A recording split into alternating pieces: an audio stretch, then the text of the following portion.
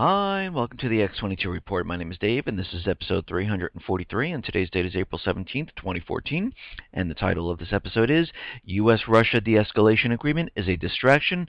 The war agenda moves forward. Because what are we seeing out there? We had the Russian side, we had the U.S. side, Lavrov and Kerry get together, talk about what they're going to do, and all the points that they were talking about are completely meaningless. This reminds me of the Geneva II talks with Assad, where they continually had them round after round, and eventually nothing happened. Because you have to remember, the agenda for the central bankers, U.S. government, are exactly the same. It has not changed. We want Ukraine. We want Russia out of Crimea. We want Russia out of there completely. We want Ukraine on EU system. We want them to join NATO. We want the strategic location, the Black Sea. So right now, there is absolutely no peace.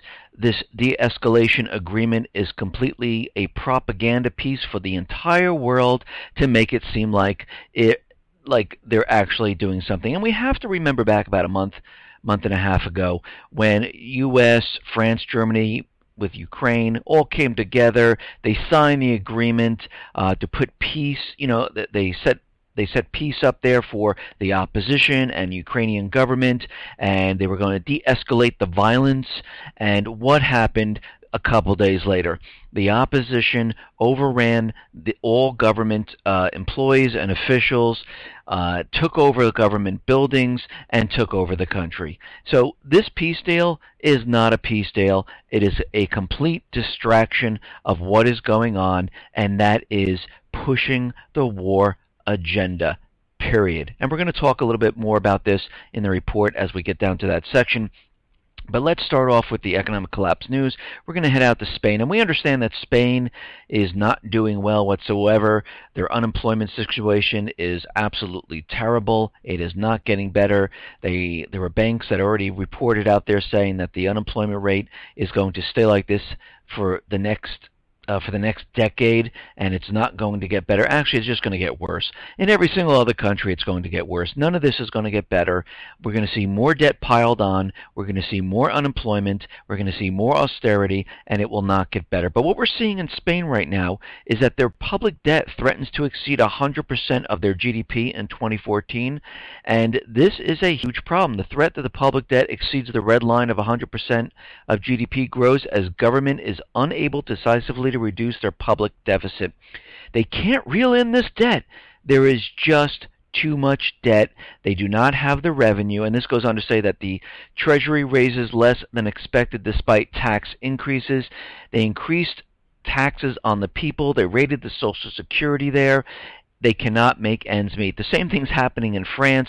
We know it's happening in the U.S., and this is spreading all over the place because when you're part of this central banking system, they continually spread the debt out. They loan you the money, and they put interest on the money, which allows the debt to spread. You can never pay this off. It's completely impossible. This is the way the system is designed. Now, here in the United States, of course, we have the illusion that everything is fine. Stock market's going up. We had the Fed out there. We had the President and Joe Biden out there yesterday telling us that we're in this recovery. Yes, we have more work to do, but we are in a recovery. Housing is getting stronger. Retail's getting stronger. Unemployment's coming down, but there's more work to do. We need to create more jobs. Well, I'm going to tell you right now, the Fed and the government, they do not create jobs. Their business is not to do this. You have to remember the Federal Reserve is a private corporation. They have no loyalty to the American people. Actually, they could care less about the American people. The only thing they care about is spreading their debt across the world. The central bankers, that's all they care about. And the U.S. government is intertwined in that way. Why do you think billions upon billions of dollars leave the country?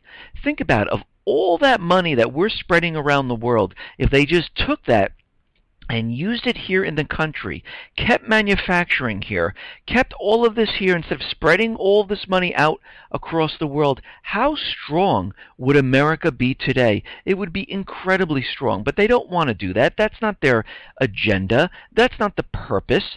They don't care about what's going on here. They don't care if it collapses as long as they keep making the money outside of the country by spreading the debt. And this is what they're concerned with. This is why they had no problem getting that $1 billion to go over to Ukraine. This is why they have no problem sending billions of dollars to Yemen, to Saudi Arabia, to Iraq, to Lebanon, Libya, to South Africa, to Thailand. All this money is going to all these places to keep the puppet governments in power.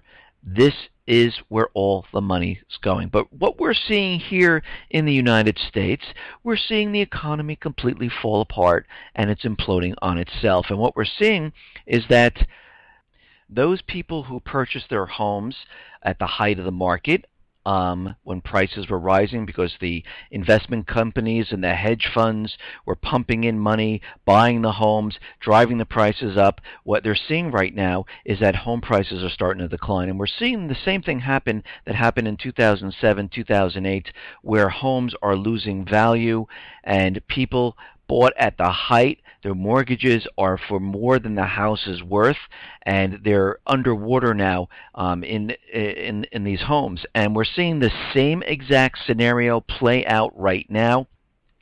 Housing prices are starting to come down. Now, it's not happening the same in every single area. Each area is different, but again, all of these areas will catch up to each other, and we will see the prices come down. And we're starting to see this, and all those people who thought the real estate market was rebounding, getting better, who went out and bought homes, are now in trouble again, just like we saw back in 2007, 2008. And we know we're having a problem in real estate. Yesterday in the report, I explained that all these major banks are seeing a decrease in mortgage originations. That means people are not coming out and purchasing homes because they just don't have the money. They're tapped out. And they already knew this. They knew this because back in 2013, they were laying off tens of thousands of people in their mortgage departments. And they're continually laying off people. They haven't stopped because they realize they have to shrink these departments because there are no Americans that are going to take out mortgages. They get it. Right now, Wells Fargo is laying off another 323 people in their mortgage department because they understand the housing market is done. It has reached the top of the bubble. It is coming down. There is nothing else they can do except trim their mortgage departments because they do not need the people in these departments. They don't need to give loans out, and they understand this at this point. Okay. Now, we talked a lot about Clive and Bundy and the BLM, and we understand that Harry Reid is implicated in this solar panel fiasco with a Chinese company, and it could, there's a Senator Issa out there trying to do some type of investigation of what has really been going on because the FBI was blocked, and he's running this investigation. But what's very interesting that just came out today, and this really goes to show you that they're all in on this. This was all planned way in advance, and they knew exactly what they were going to use the land for, and all this other information that's coming about, tortoises, fees, and all that other stuff. We know right now that's completely fake, false, and phony. But right now, the White House announced on Thursday it was launching a $15 million solar market pathway program to help state, local, and tribal governments expand their solar energy productions. The president has launched this with an executive order. President Obama new solar push, of course, comes with more financing for solar energy facilities and panels. This includes a $2.5 billion from the Energy Department for more loan guarantees for solar projects. So we can see how this is all starting to fit in now with Harry Reid, the solar company from China, the president. They all had this set up and ready to go. He was making this law with an executive order to push solar panels forward, and we see how this is all coming together now. And of course, this investigation will probably end up going absolutely nowhere, just like every other government investigation on itself goes nowhere. What you need is you need the people from the outside to come in and do an investigation, and guess what? All these people would be convicted. Actually, we'd probably find out so much other things going on that most of Congress and the government would be convicted from fraud, payoffs, and other things. Now, I talk about the American people being disarmed. Right now, Michael Bloomberg is out there, and he's planning to spend about $50 million in 2014 to build a nationwide network to motivate anti-gun voters. Basically, the billionaire wants to create the anti-Second Amendment version of the National Rifle Association. So they're pushing this agenda forward. They want the people disarmed. And they want this to happen very quickly. And I keep repeating this over and over, but we have to remember the UN Arms Treaty is pending in the Senate. It was signed by John Kerry already. The president is waiting for it. He's going to sign it. They're just waiting for the Senate to pass this, and they need some type of an event to get this through. We also have to remember the Dianne Feinstein bill is also pending in the Senate. That was voted down during the Boston bombing time period, and the president stepped in and said, listen, don't remove this bill. Keep it here in the Senate pending, because don't worry, we got something special coming, so we can pass this. And it'll make it a lot easier for the government to come down on the people and to control the people if they are not armed. And right now, Larry Pratt, the executive director of Gun Owners of America, said the former New York governor has money to waste, but eventually he's going to find out why his side keeps losing. Now, the people in upstate New York, I should say the whole state of New York, they have this new SAFE Act, and they were out there in Buffalo shredding gun registration forms yesterday, and they're saying they're not going to abide by this law. It's completely against the Second Amendment, and it is. It infringes upon their right to own a weapon. And they have every right to do this.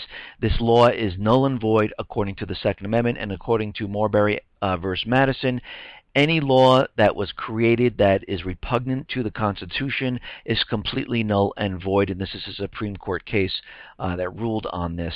Now, there is a Senator, John Cornyn, is demanding answers from the Attorney General Eric Holder on the Justice Department pursuit of smart gun technology, warning that the government could require all gun owners to wear biometric bracelets to operate their firearms.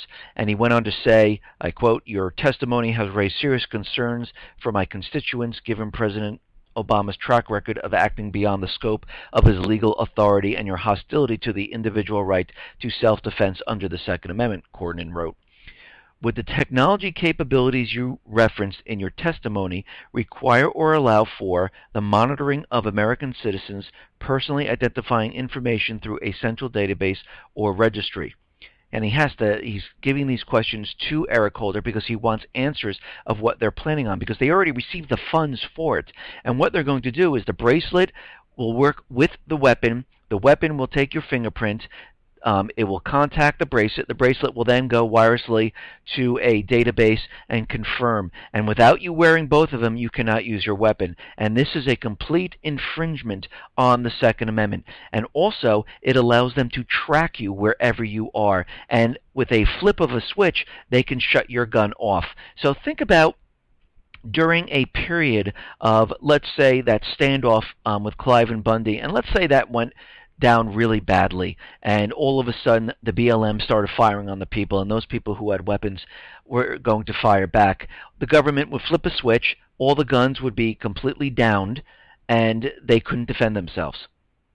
This is what they are trying to do. This is their whole purpose.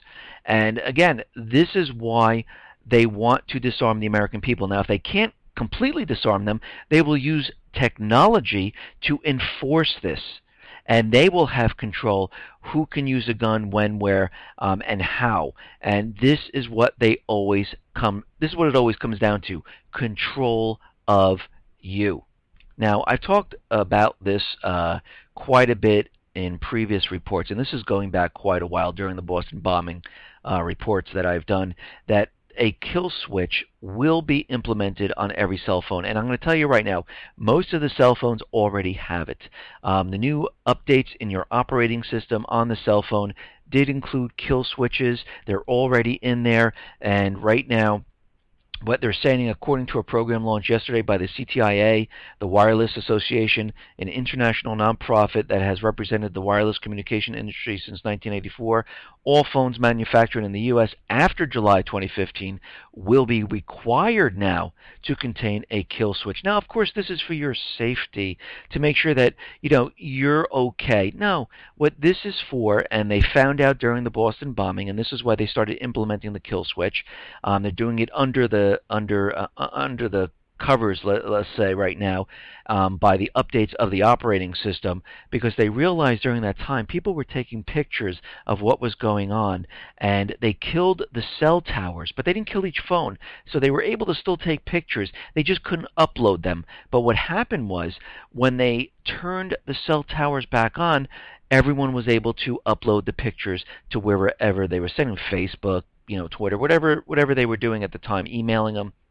And they realized killing the cell towers does not control the people, because they can pump these pictures up later on. And this is why, if you remember, during the Boston bombing, the FBI asked for everyone to turn in their pictures before they decided to pinpoint who was responsible for the Boston bombing, because they wanted to see what pictures everyone had, because they were setting someone up, because this wasn't their original plan. And if you can go back to the time of my reports, and I explain what I really think went on in the Boston bombing.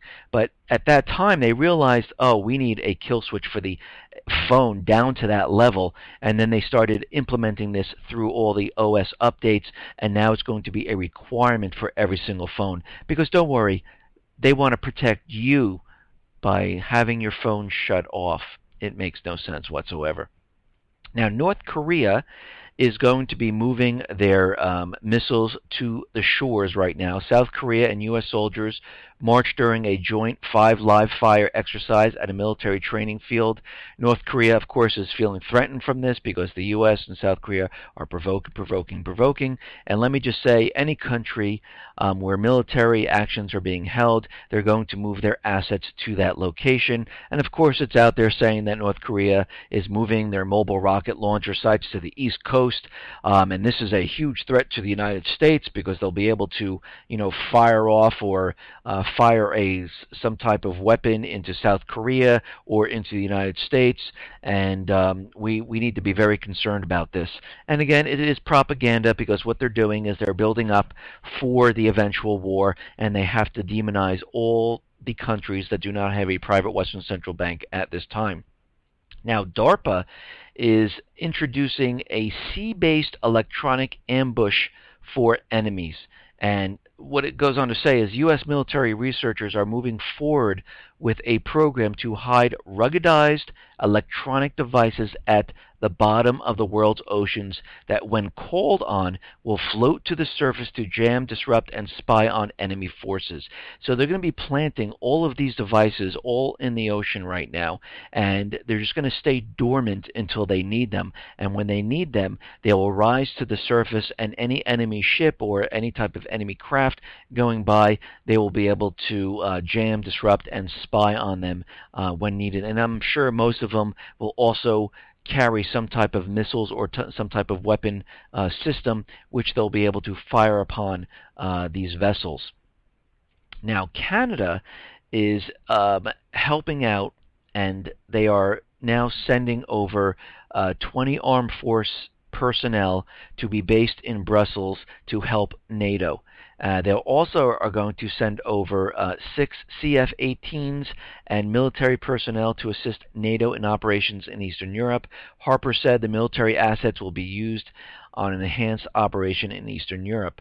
Now, we can see right now there are talks, and I believe they concluded at this point, to de-escalate the situation in Ukraine. And we had Lavrov and Kerry having a discussion, hammering out the finer points. But during this time, the White House has been preparing new sanctions against Russia amid growing concerns over Ukraine's territorial sovereignty. It is accurate to say we have additional sanctions prepared and we will impose them as appropriate. This is coming from a White House source. Carney, though, declined to share what those new sanctions would entail, but they are preparing them, getting ready to use them. Even during the de-escalation agreement and the talks, they're still pushing the war agenda and sanctions forward. Now, what we've learned here is that Russia will be building a pipeline, a $30 billion pipeline from Russia to India through northwest China. And this will carry the oil to India, and Russia is changing its energy export policy vector as strong demand for hydrocarbons both in China and in India, one of the largest economies in the world, continues to grow. The benefits are obvious, including those in connection with India's plans to become a member of the Shanghai Cooperation Organization.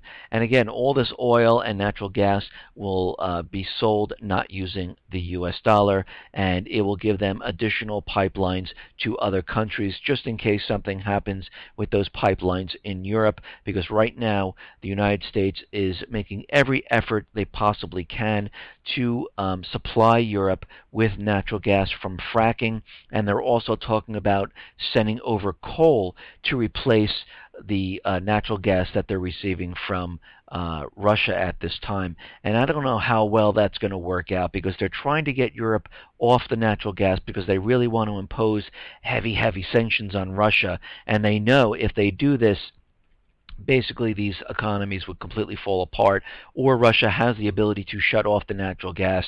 And before they do anything like that, they need to make sure they can supply Europe. And I don't think Europe is actually buying it, that the United States would be able to supply enough to keep them sustained at this time. Now, the United States, with this whole Ukraine situation, is sending over non-lethal aid to Ukraine. They're sending over sleeping mats, water purification systems, medical supplies, helmets, but no real lethal type of equipment. Well, I don't buy this, really. I think it's being hidden just like they did in Syria. They told us for years that, no, we're not arming the people. No, we're not doing it. We're just sending them assistance. But then we find out, yes, they have, through backdoor channels. This is what's happening here, through backdoor channels where no one's looking. They're all looking at the non-lethal stuff. They are sending in weapons. They're sending in troops and mercenaries to help out in the situation. It's always in the dark of the night that they do this. Now, Ukraine is taking this whole entire anti-terrorism thing a step forward. They are not allowing Russian men in from the age 16 to 60. Those people who are entering Ukraine without their families will only be allowed in if they have close relatives or by invitation. And all Russians could travel to Ukraine with just their internal, before all Russians could travel to Ukraine with their internal IDs.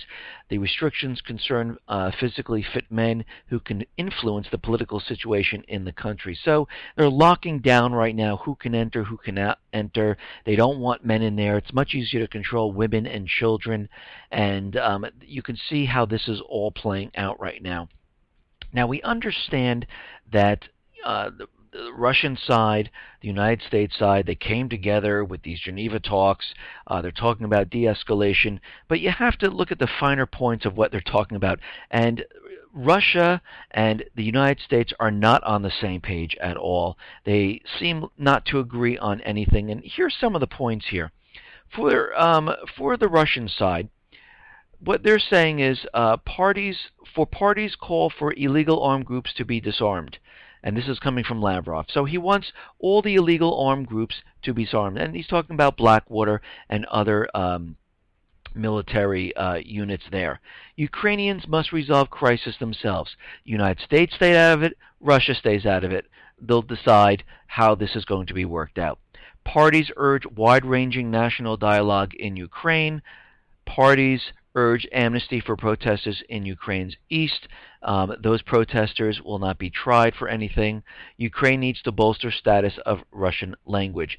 They were trying to get rid of the Russian language, and they want the Russian language to stay. Now, on the United States side, Kerry says Geneva meeting amounts to good day's work. Kerry says Ukraine government will hold broad national dialogue on crisis. Kerry says all parties to secure Ukraine's financial economic stability. So you look at the United States right now, they want to make sure the financial part is stable. Well, what about the people? No, they don't care about that. Kerry says Geneva parties must follow words with actions. More sanctions if no actions from Russia this weekend. Kerry says Geneva talks on Ukraine are just the beginning. They are completely separate. Russia is talking about having the protesters and their rights, and they want the United States to recognize this. The United States is saying we want to make sure that we make sure the central bank stays there, that we still have the ability to give loans to Ukraine, and we want to make sure that the financial aspect of the country is okay. And there's two things going on here. They really didn't agree on anything at this point. And during this de-escalation agreement, what has happened? The State Department issued a travel warning. The State Department issued a travel warning warning U.S. citizens to avoid non-essential travel to Ukraine. Well, if we're talking about peace and de-escalating the situation, why all the warnings now? In addition, the Department of State warns U.S. citizens to defer all travel to several regions of Ukraine, including Crimean Peninsula and eastern regions of Kharkiv, Donetsk, and Lugansk. This supersedes the travel warning for Ukraine dated March 21st. So this is very odd. They're talking about peace, de-escalation, and they're putting up that they don't want Americans going to these regions because you'll find out what's really going on there, and it won't be what the corporate media is reporting. And this is why they don't want people there. And during these agreements, Kiev, military operations in Ukraine's southeast to go on despite Geneva agreement. Despite calls for peaceful dialogue in the document on Ukraine adopted in Geneva, the coup-imposed Ukrainian foreign minister said it will not affect the anti-terrorism operation in the east of the country, and troops will remain there. That doesn't seem good. That doesn't seem like we're going in the right direction. All sides have pledged to refrain from any form of violence, intimidation, or provocative actions. The participants of the meeting strongly condemned and rejected all forms of extremism, racism, religious intolerance, including manifestations of anti-Semitism. So what do we have here? All the troops, the tanks, the people with the guns, the Air Force are going to be still doing their operations. They are not laying off of this. It would have been a good sign of this agreement that they backed off a little bit, but no, this is not part of their agenda. You have to remember the goal is always the same. They want Russia out of Ukraine. They want Ukraine. And if they can't get Ukraine, they will start a war. They don't care. Now, in my other reports, I had talked about how they were setting up these elite forces to infiltrate all these cities. And of course, this is probably Blackwater. But they're setting them up right now. And this report that just came out says several Ukrainian politicians have announced the setup of a new military unit for coping with the unrest in the country's east. And one of them suggests bounty payouts for giving up arms and handing in mercenaries. For each gun handed in, there's a payout, US $1,000 for an assault rifle, and $1,500 for a machine gun, and $2,000 for a grenade launcher. So they want the people in these regions to tell on their own people. Sounds very familiar of what the DHS is trying to do here in the United States. If you see something, tell us something. Or New York had, if you think someone has an illegal gun, we'll pay you $500. It seems like they're using the same exact tactic. And Filatov also announced a bounty of $10,000 for mercenaries, or the so-called little green men, the people in the military uniforms without insignia who are Russian troops, and this is what they're calling them, to turn these people in. So we can see what is happening right now. They want the people in their country to tell on each other, and they will give them money to do this. The Nazis did the same exact thing. There's no difference whatsoever in this point here. And all of a sudden, we started to see pamphlets being sent around in Donetsk. And the Western media outlets, and I see it in USA Today, I saw it in other corporate media. Western media outlets are running frenzied stories about Jews in the protester-held eastern Ukraine cities being forced to register, providing a new chance to make World War II comparisons, and advancing the U.S. narrative that the Russians and not the pro-West protesters with swastika stickers on their helmets are the real anti-Semites. Today claims unnamed Israeli media claims they saw posted outside a synagogue in Donetsk is good enough for them. So they're saying they saw something out there to have Jewish people go and register themselves. But what the problem with this is that the Donetsk authorities and the people there, what they're saying is, first of all, the pamphlets are not from there. The signatures do not match the government officials. Secondly, the Jewish people that are showing up, they're being turned away saying, no, I'm sorry, we're not doing this, this is propaganda. And they're trying to push this agenda to make everyone believe that this is what's happening. It's amazing all the things they're trying to do to force their agenda. So since we're having this de-escalation agreement and they're trying to work out peace, NATO now is sending 5 warships to the Baltic Sea. Very interesting. NATO members are sending Navy ships to the Baltic Sea to increase the security of Alliance Eastern Europe allies in response to the Ukraine crisis. NATO's Maritime Command said Thursday is sending 4 minesweepers and a support vessel to the Baltic Sea. The ships are from Norway, the Netherlands, and Belgium, and Estonia.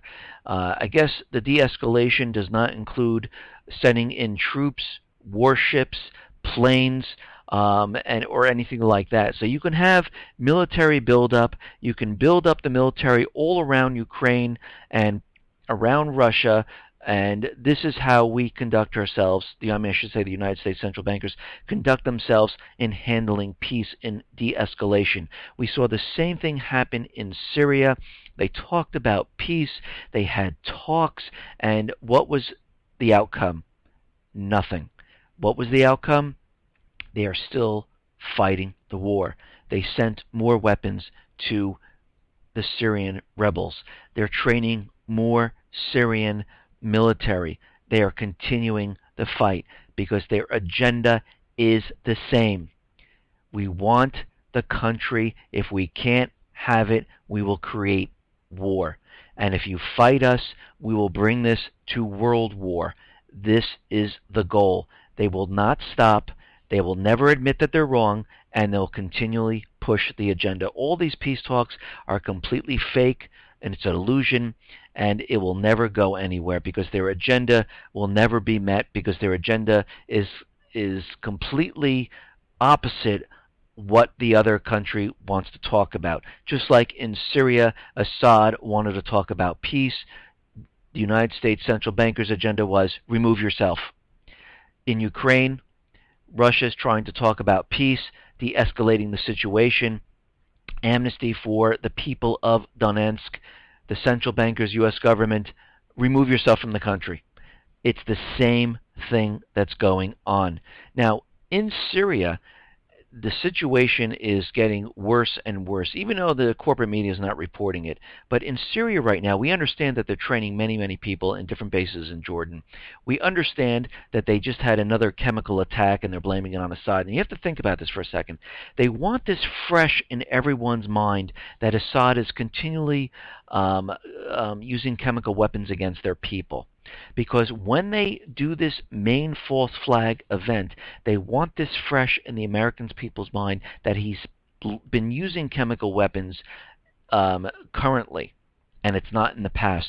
This is why they're actually doing these attacks, because you have to go back to CNN when they had that special intel from their inside sources that Assad was hiding biological and chemical weapons in the Alawite section, and the UN Security Council had no idea about this. So they want this in in everyone's mind and keep it fresh so when this false flag event occurs. Now, the number of foreign fighters in Syria went from 800 last year to 8,000 this year. You think they're planning something? Do you think they're ready to go into the country and do something? I do. I believe there is a false flag coming. They have their forces prepared. They do this in secret. Nobody knows what's going on. Nobody knows about this training. The corporate media never reports on it, and we can see where we are going with this. Now, we had a report that vials of a deadly SARS virus just went missing. It's gone. But don't worry, it's not harmful to anybody. Now, the question we have to ask, if it's not harmful, why would someone go to the trouble of stealing 2,300 tubes of it? They're not telling us the truth. It is harmful. This might be used in a false flag event. It could be used in a biological weapon. Like I said, this false flag event that they are preparing, we're seeing all the Al-Qaeda warnings. We're hearing that they're going to hit the United States. The cells went dark. They can't find them. They're doing communication without Facebook and cell phones. Here we are with another indicator that something is definitely up. Now, we understand, and I'm just going to go back to Clive Bundy and what was happening in that situation, because this leads us into martial law, and I do believe the U.S. government eventually wants to push the agenda of martial law and enact it. And let me just explain, and there was a great article in SHITF Plan, and I just want to go over this right now. Consequences of martial law. When martial law is enacted, and the president says, okay, we're out of control here, I'm going to have to declare martial law. And martial law can come in many different fashions. If there was a fight or a gunfight down in the Clive and Bundy area and it spread across the United States, that he could have enacted martial law and saying, okay, I need to control the situation. If there is some type of false flag event here, cyber attacks, biological, chemical, nuclear, he could say, martial law, I need to take control of the situation. And what would happen during this time period? Well, the free press would be destroyed. The very first action of any government that has achieved military control of a country is to dominate the flow of information. Well, we all know that. Government-enforced web filters would be put in place. Arrests of citizen journalists are liable to occur. What else would occur? Dissolution of checks and balances. Military rule allows for the dissolution of states' rights and even of Congress itself. If Congress is allowed to remain, it would be in a ceremonial capacity only. Under martial law, all decisions making is streamlined into the hands of the executive branch, the president. The excuse given for this is often the same everywhere. The president must not have his hands tied by checks and balances during a state of crisis. Otherwise, his decisions are slowed and more people could be hurt. He's doing it for your safety, of course. The erasure of civil liberties. Say goodbye to habeas corpus immediately. All tyrannies have abruptly suspended rights to fair trial, rights to legal representation, Miranda rights, even the right to know what one has been charged with before being arrested. And that you can go to the NDAA for that, and that allows them to do that. Curfews, checkpoint searches, citizen spies. Say goodbye to privacy. Well, we kind of already pretty much said goodbye to that because the government officials are not following the Fourth Amendment whatsoever. Expect ID checkpoints, arrests for lack of ID. Expect nighttime curfews in cities enforced with extreme prejudice. Expect warrantless searches of your home without cause, not to mention surveillance and web and phone traffic. On web and phone traffic, also count on the fact that some people, out of paranoia or out of some twisted desire for petty influence, will start pointing an accusing finger at anyone who looks at them the wrong way, and the establishment will encourage this. Tyranny is much easier when the citizens police each other, and we're seeing this happen in Ukraine right now, where they're paying people to tell on each other. The same thing will happen here during martial law.